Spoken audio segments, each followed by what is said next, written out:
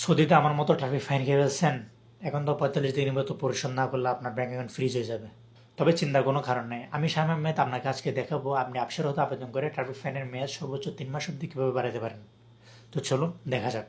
তো আপনাকে সবার প্রথম আপনার মোবাইলে গুগল ব্রাউজারে গিয়ে আপনার অ্যাপসের লগ ইন করতে হবে। এটা কিন্তু অ্যাপস দিয়ে হবে না।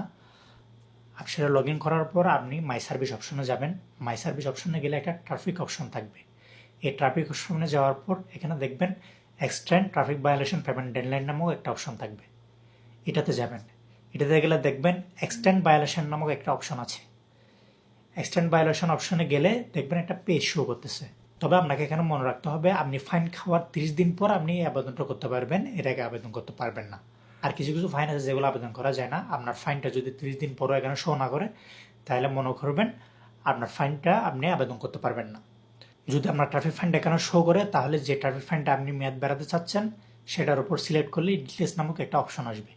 এই ডিটেলস নামক অপশনে আপনি গেলেই দেখবেন একটা পেজ শো করতেছে। এই পেজটার একদম লাস্টে চলে যাবেন। লাস্টে চলে গেলে এক্সটেন্ড পেমেন্ট ডেডলাইন নামক একটা অপশন আছে, সেটার উপর ক্লিক করলে আপনার এখানে এরকম একটা পেজ বেশ উঠবে যেখানে আপনাকে বলা হচ্ছে আপনি সর্বোচ্চ 90 দিন পর্যন্ত মেয়াদ বাড়াইতে পারবেন, তথা 3 মাস। এরপর আপনার যে 25% ডিসকাউন্ট ছিল সেটা চলে যাবে। আপনাকে পুরোটাই পেমেন্ট করতে হবে যতটুকু ফাইন আসছে। এরপর কনফার্ম আপনি ক্লিক করলে কিন্তু আপনার মেয়াদটা অটোমেটিক বেড়ে যাবে। আপনার কাজ এতটুকুই শেষ। ধন্যবাদ।